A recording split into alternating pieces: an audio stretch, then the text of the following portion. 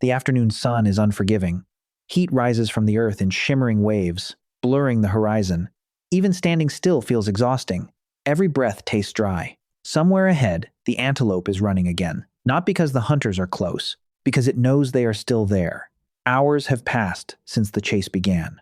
The distance between hunter and prey has changed very little, yet something invisible has. The antelope no longer runs with the effortless confidence it had that morning. Each sprint ends a little sooner. Each pause lasts a little longer. The difference is almost impossible to notice. Unless you have been watching all day. The hunters have. They never hurry. They never waste movement trying to match the animal's speed. Instead, they protect something far more valuable, their rhythm. Step after step, they move across the landscape with almost mechanical consistency. No dramatic bursts of effort. No desperate chase. Just the quiet confidence that another opportunity will come. At first, that strategy feels almost unbelievable. How can someone keep moving for so many hours beneath an African sun? The answer isn't hidden in extraordinary strength. It is hidden in efficiency. Imagine pushing a shopping cart with one wheel slightly crooked. Every few meters, it pulls to one side. You waste energy correcting it over and over again. Now imagine another cart that rolls almost effortlessly. Neither cart is more powerful. One simply wastes less energy. The human body works much the same way. Over millions of years, evolution quietly removed countless tiny inefficiencies. Longer legs allowed each step to cover more ground. Strong tendons stored a small amount of energy before releasing it into the next stride. The arches in your feet acted like natural springs instead of rigid blocks of bone. None of these features looks revolutionary on its own. Together, they transformed movement. Every step became just a little cheaper.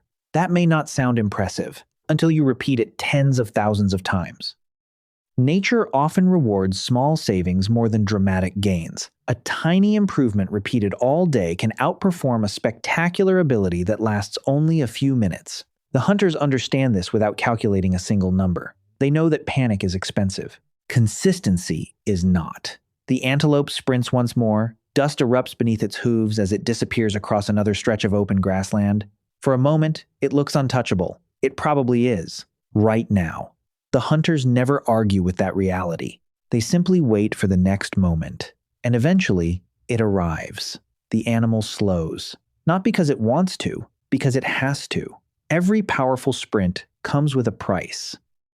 The faster muscles work, the more heat they produce. That heat cannot stay inside forever. It has to go somewhere. This is where many mammals face a difficult compromise. Running harder usually means breathing harder. But breathing and sprinting begin competing with each other. The body wants to cool itself. The chase demands more speed. Neither problem can be ignored. Humans solved that challenge differently. Look at your own skin. Most of the time, you barely notice it doing anything remarkable. Yet hidden across its surface are millions of tiny glands quietly waiting for heat. When your body begins to overheat, they release water. As that moisture evaporates, it carries heat away from you. It is such an ordinary experience that most people never think about it. Sweating feels annoying, uncomfortable, even embarrassing. But on a hot afternoon thousands of years ago, it could mean the difference between stopping and continuing. The hunters are sweating now. Water runs down their faces. Their clothes cling to their skin. They are losing precious moisture with every kilometer. That sounds like a weakness. In many situations it is. Without enough water, the human body quickly becomes dangerous to itself. Every adaptation asks for something in return. Nothing in evolution is free. But while the hunters search for the next water source, another struggle is unfolding. The antelope is fighting heat in its own way. It slows, breathes, runs again, stops again. Each escape demands another payment. The strange part is that its greatest strength is slowly becoming its greatest burden. The faster it runs, the more often it must recover. For the first time all day, speed begins working against itself. That is the hidden twist in this hunt. The hunters were never trying to outrun the antelope. They were waiting for speed to become expensive. The landscape itself helps them. There are no walls, no finish line, no referee ending the contest after a fixed distance. Only endless ground stretching toward the horizon. In a place like this, the race belongs to whoever can keep solving the same problem again and again. One more hill, one more valley, One more hour. The body matters. But something else matters just as much. No one hunts alone. While one person studies fresh tracks, another scans the horizon for movement. Someone else remembers where water lies beyond the next ridge. Knowledge spreads through the group faster than any individual could discover it alone. The hunters are sharing far more than effort. They are sharing information. That may be the most valuable resource in the entire chase. A footprint means little by itself. So does a broken branch, or a flock of startled birds lifting suddenly into the sky. Together, they begin telling a story. Not where the antelope was, where it is going. Long before maps existed, the landscape was already full of clues waiting to be read. Every successful hunt became an exercise in observation, patience, memory, communication. The farther the chase continues, the less it resembles a contest of muscles. It begins looking like a contest of decisions. And humans are becoming stronger with every passing hour, not because their bodies are changing, because every new clue makes the next choice a little better than the last. That may be the greatest surprise of all. The hunters are still moving, but the real pursuit is no longer happening beneath their feet. It is happening inside their minds. The hunters stop, not because they are exhausted, because they have found what they have been looking for. The antelope stands only a short distance away. Its eyes remain alert. Its legs are still strong. Yet, something has changed. It no longer runs the instant it sees them. Instead, it hesitates. Just for a moment. That hesitation is all the hunters need. The chase did not end because the antelope became weak. It ended because every escape had quietly drained a resource it could never fully recover. Time, energy, and the ability to keep paying the same price. The hunters never possessed greater speed. They simply refused to spend energy faster than they could replace it. That difference seems small, until an entire day passes. Looking back, the hunt almost feels backwards. The fastest animal spent the day running. The slowest animal spent the day surviving. This is one of evolution's favorite tricks. It rarely creates the strongest solution. It creates the solution that keeps working after stronger ones begin to fail. That pattern appears everywhere in the human body. Your legs were shaped for efficiency, not spectacle. Your feet quietly return energy with every stride. Your skin releases heat while you move beneath the sun. Even the muscles that stabilize your body become more important the longer you keep going.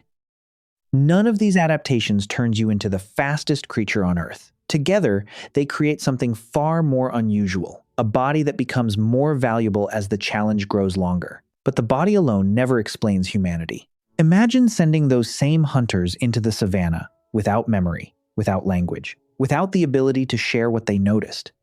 The hunt would almost certainly fail. Every footprint would become meaningless. Every mistake would have to be repeated. Every generation would begin from zero. Humans escaped that cycle. One hunter remembered where animals crossed the river after the dry season. Another recognized clouds that signaled rain several days away.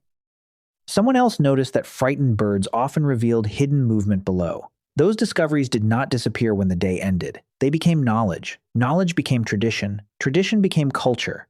And culture changed evolution itself. For the first time, survival depended not only on what the body inherited, but also on what the mind could pass to someone else. That may be humanity's greatest advantage. Not running, not sweating, not endurance, learning. Every generation inherited more than genes. It inherited experience. A child no longer had to rediscover everything alone. Thousands of years of observation could be shared through stories, demonstrations, and eventually language. Each generation started a little farther ahead than the last. Slowly, almost invisibly, those small advantages began stacking together. People explored farther, followed migrating animals into unfamiliar lands, crossed mountains, entered deserts, adapted to forests, eventually reached frozen landscapes that their ancestors could never have imagined. The same endurance that once helped follow an antelope now carried humans across continents. It connected distant groups, spread new ideas, created trade routes, built civilizations. The chase had grown much larger than a single hunt. Looking back, it becomes clear that evolution was never trying to build the fastest runner. If that had been the goal, countless other animals had already succeeded. Instead, evolution built something stranger. A species that could continue solving problems long after speed stopped being enough. Perhaps that explains something about modern life as well. People often admire dramatic moments, The brilliant performance, the overnight success, the explosive breakthrough. Nature rarely works that way. Mountains are shaped one grain at a time, forests grow one season at a time, civilizations rise one generation at a time. The same principle shaped you, not through one extraordinary leap, but through millions of ordinary steps. That ancient endurance still lives inside every human body. Most of us simply use it differently now. The long journeys have become careers. The difficult hunts have become ambitious goals. The miles across open grasslands have become years spent mastering a craft, raising a family, building a business, or pursuing a dream that refuses to happen quickly. The world changed. The pattern never did. Perhaps the greatest misunderstanding about human evolution is believing that our story was written by moments of brilliance. It wasn't. It was written by persistence, by taking one more step after the easier choice was to stop, again and again and again. The next time you watch a horse disappear into the distance, or a deer vanish into the forest, remember that you are only witnessing the beginning of a race. Humanity was never trying to win the first minute. It was preparing for everything that came after.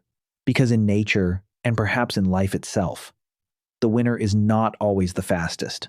Sometimes, it is simply the one who keeps moving. If you enjoyed uncovering the hidden reasons behind ordinary human abilities, you're going to love what comes next. Every part of your body carries a story that began millions of years before you were born, and many of those stories are even stranger than this one.